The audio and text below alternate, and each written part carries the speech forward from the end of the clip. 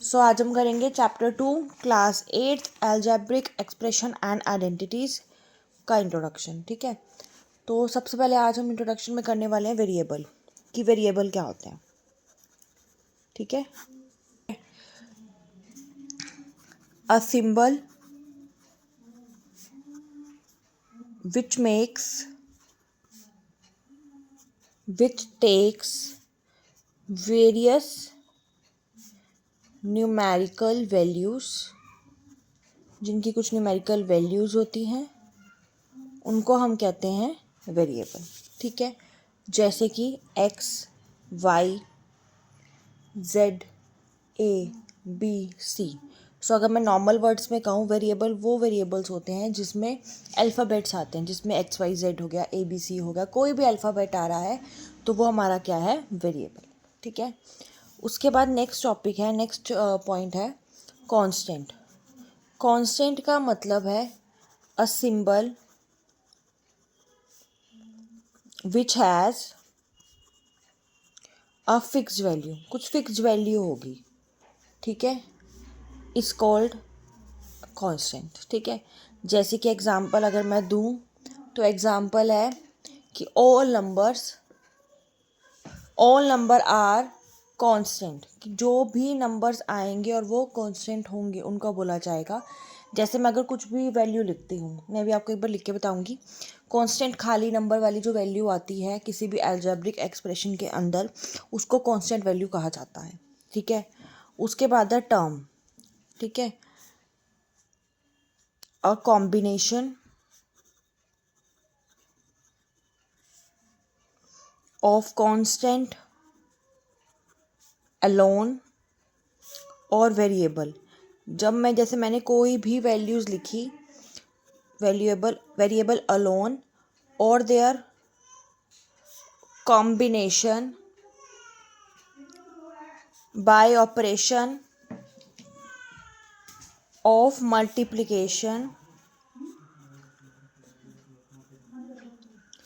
और division are called terms. ठीक है, मैं अगर कहूँ जैसे मैंने ये एक अलजेब्रिक एक्सप्रेशन लिखी, ठीक है, तो ये मेरे क्या है, एक्स वेरिएबल है, ये क्या है, एक्स वेरिएबल है, 3 क्या है, मेरी कांस्टेंट टर्म है। मेरी कितनी टर्म्स हैं, मेरी 3 टर्म्स हैं इसके अंदर। ठीक है, तो जो मैंने ऊपर 3 टॉपिक समझाए थे मैंने आपको भी ये एक एग्जाम्पल के तौर पे समझा दिए हैं कि जैसे मेरी 4x² एक x² + 3x + 3। ठीक है, ये एक मेरी क्या है, अलजेब्रिक एक्सप्रेशन। अलजेब्रिक एक्सप्रेशन में जो ये x² आ गया, ये x आ गया, ये क्या है, मेरे वेरिएबल्स हैं। और जो मेरी ये खाली टर्म दे रखी है जहाँ पे कोई भी वेरिएबल नहीं होता है, खाली नंबर्स होते हैं, उनको बोला जाता है कांस्टेंट। अब मैं बोलूँ मेरी कितनी टर्म्स हैं इनके अंदर, कितने कॉम्बिनेशंस हैं, तो मेरे 3 कॉम्बिनेशंस हैं। ओके, अब मेरा नेक्स्ट है कांस्टेंट टर्म।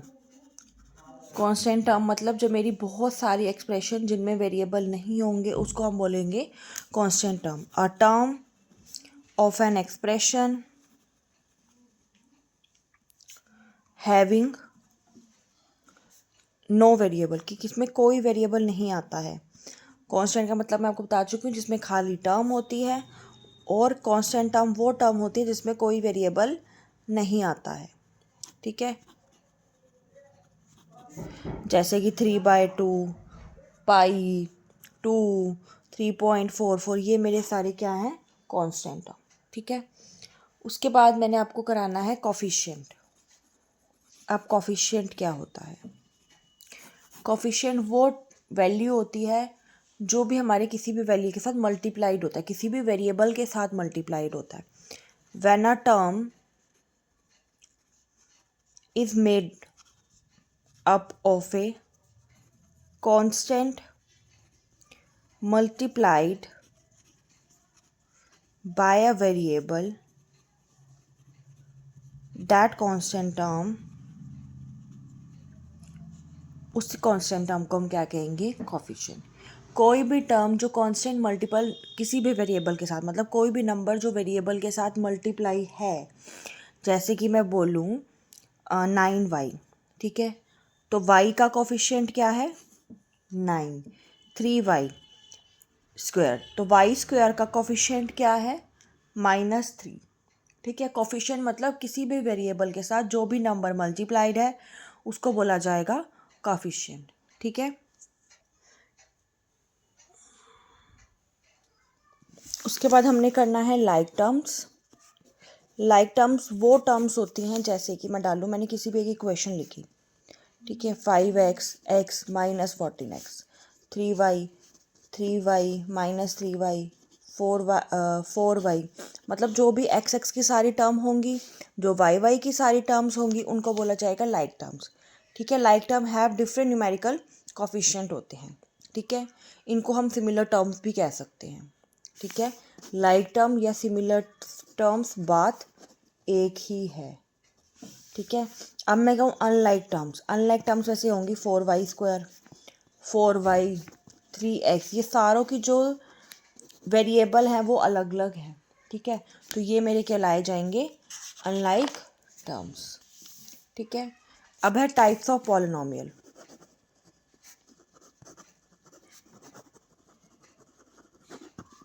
ठीक है, कितने टाइप्स होते हैं? 4 टाइप होते हैं। मोनोमियल, जिसमें खाली एक टर्म आती है। कितनी टर्म आती है? एक टर्म। बायनोमियल, जिसमें अनलाइक 2 टर्म्स आती है, मतलब दोनों की वैल्यू, जैसे ये वेरिएबल जो है वो अलग अलग हैं, वो अनलाइक हैं, तो वो क्या है? बायनोमियल।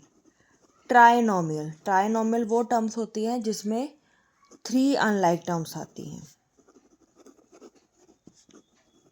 जैसे कि 4y square plus 3y plus 3।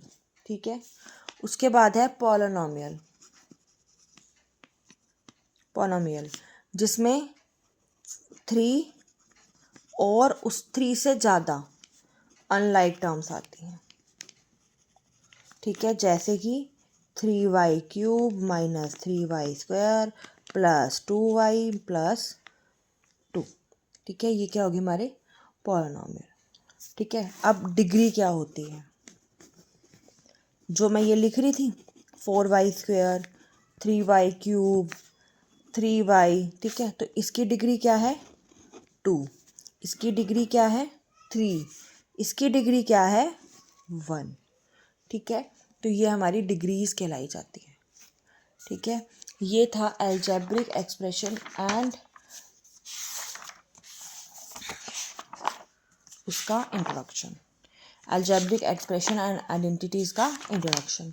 सो इसी के साथ इंट्रोडक्शन कंप्लीट होता है। मिलते हैं नेक्स्ट वीडियो में।